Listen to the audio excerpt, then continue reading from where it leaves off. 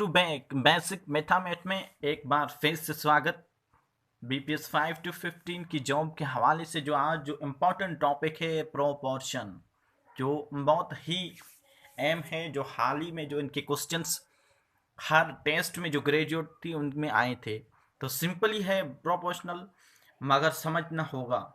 और जब चीज़ें आसान कब होती हैं, जब आप समझ जाते हैं। ठीक है, फिलहाल आपके लिए जो है एक कठिन परिस्थितियाँ हैं, इनको जो है आपको एक बार फिर से स्ट्रगल करनी है और कामयाबी की तरफ जाना है। तो चलें कुछ नया करते हैं और कोशिश करें, कुछ नॉवल्टी करें।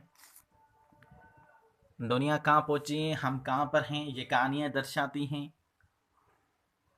तो प्रोपोर्शन में आज जो हम सीखेंगे कि प्रोपोर्शन होता क्या है, इसका फॉर्मूला क्या है, उसके जो है कितने टाइप्स है। तो लेक्चर स्टार्ट करने से पहले हर बार यही रिक्वेस्ट होती है कि प्लीज़ इस चैनल को सब्सक्राइब करें, वीडियो को शेयर करें, बेल आइकन को दबाएं। बस नहीं करना है और कुछ भी नहीं करना। तो चलें लेक्चर की तरफ चलते हैं। अब प्रोपोर्शन का फॉर्मूला हमारे पास है A/B। जो सिंबल्स प्रोपोर्शन की है ये है A/B, B/A। आपकी मर्जी है, आप कोई भी जो है इसमें अल्फ़ाबेट ले सकते हैं, नंबर्स ले सकते हैं, आप CD रख दें। ठीक है, सिंपल सा है, ये फॉर्मूला इसका है, ये स्ट्रक्चर है।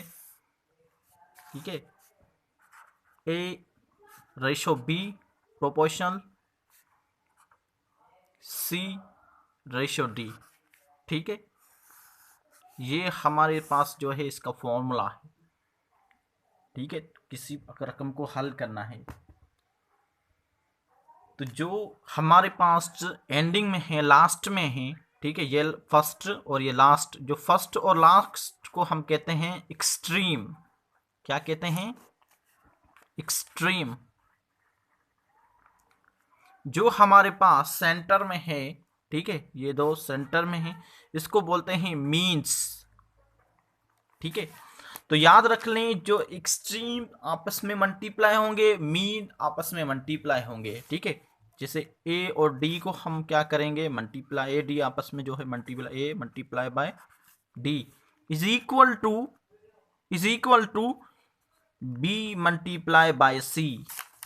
ये हमारे पास जो है एक सॉल्यूशन का जो है मेथड है प्रोपोर्शनल को सॉल्व करने के लिए। बहुत सिंपल और इजी है। ठीक है, ये जो है आपको फॉर्मूला जो है जहन में रखनी है कि इस तरीके से जो हम इनको प्रोपोर्शनल को हल करेंगे, सोल्व करेंगे। ठीक है, मगर इनकी डेटा भी बनती है। अब प्रोपोर्शनल के जो है टाइप्स होते हैं एक्चुअली में दो, जिसको हम बोलते हैं डायरेक्ट प्रोपोर्शनल्स। ठीक है, और दूसरा होता है इनडायरेक्ट प्रोपोर्शनल्स। ये हमारे पास जो है दो काइंड्स होती हैं प्रोपोर्शन की। ठीक है, थोड़ा ध्यान से, ये चीज़ें इंपॉर्टेंस हैं, उस वजह से मैं आपको समझा रहा हूं बार बार कि प्लीज़ ध्यान से स्ट्रक्चर। अब डायरेक्ट और इनडायरेक्ट में क्या फ़र्क है, आइए वो सीखते हैं। डायरेक्ट और इनडायरेक्ट क्या है।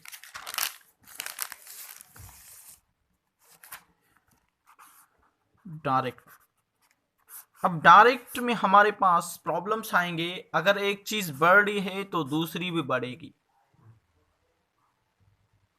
ठीक है, अगर एक चीज़ बढ़ रही है तो दूसरी भी बढ़ेगी। अगर एक चीज़ कम हो रही है तो दूसरी भी कम होगी। एक बढ़ रही है तो दूसरी बढ़ेगी, एक कम हो रही है तो दूसरी कम होगी। तो उसको बोलते हैं डायरेक्ट। अब कैसे? 5 मजदूर हमारे पास, वो 10 रोटियां खाते हैं। ठीक है, तो 10 मजदूर कितनी खाएंगे, ऑफ कोर्सली बढ़ेगा।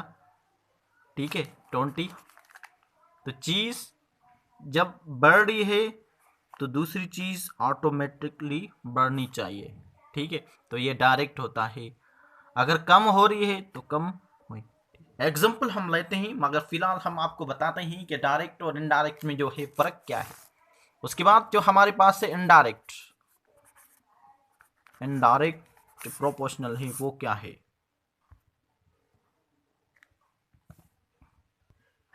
इनडायरेक्ट में जो हमारे पास क्या है, एक चीज़ बढ़ेगी तो दूसरी कम होगी, अगर एक चीज़ बढ़ रही है तो दूसरी कम होगी, अगर कम हो रही है तो एक बढ़ेगी। कैसे? लेट सपोज करते हैं, अगर 5 मजदूर कोई काम, कोई दीवार, लेट सपोज कर देते हैं एक दीवार 6 दिन में बनाते हैं, ठीक है। 5 मजदूर वही दीवार 6 दिन में बनाते हैं।